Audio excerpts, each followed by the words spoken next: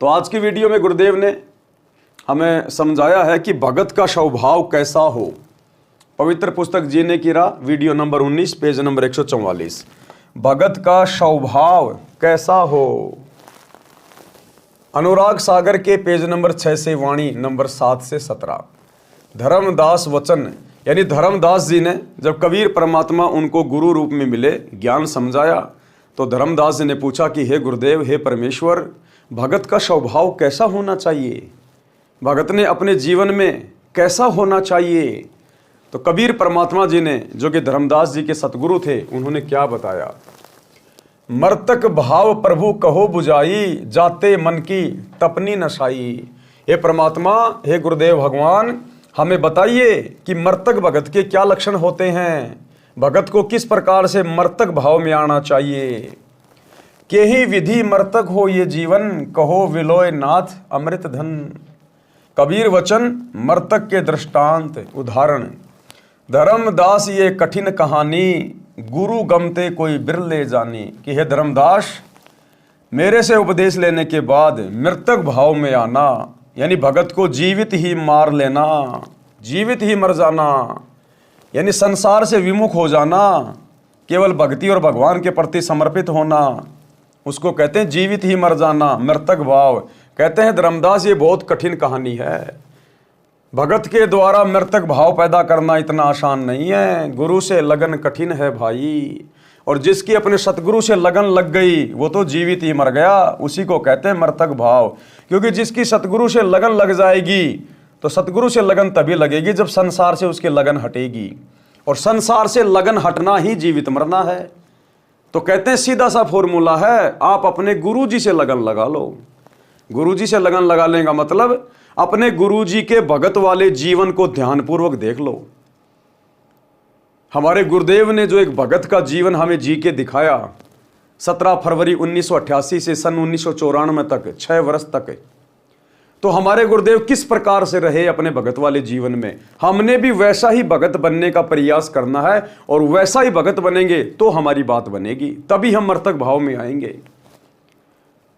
तो भक्ति मार्ग में आने के बाद हमारे गुरुदेव ने कभी कोई सांसारिक चौंचले नहीं किए। सबसे पहली बात, हमारे गुरुदेव कभी भी किसी शादी में, रिश्तेदारी में, जन्मदिन पे, मरण दिन पे, किसी भी फंक्शन में हमारे गुरुदेव कभी भी नहीं गए। कभी भी हमारे गुरुदेव का कोई यार दोस्त नहीं है, कोई यारी नहीं है किसी के साथ में। हमारे गुरुदेव ने कभी किसी के साथ में हंसी मजाक नहीं किया। हमारे गुरुदेव ने कभी भी मनोरंजन के लिए, पिकनिक के लिए, घूमने के लिए कभी भी कहीं बाहर नहीं गए।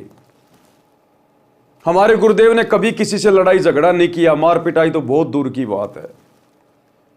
हमारे गुरुदेव ने कभी भी अपने भगत वाले जीवन में किसी के साथ में गुस्सा नहीं किया, वाद विवाद नहीं किया, लड़ाई झगड़ा नहीं किया।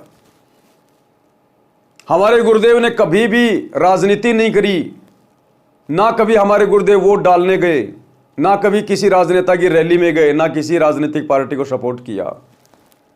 ना हमारे गुरुदेव ने कभी कोई गेम खेला, ना किसी के लिए कोई स्टेडियम बनवाया। ना हमारे गुरुदेव ने कोई सामाजिक यारी दोस्ती निभाई, कभी किसी समाज की मीटिंग में नहीं गए, किसी भी समाज की धर्मशाला नहीं बनवाई।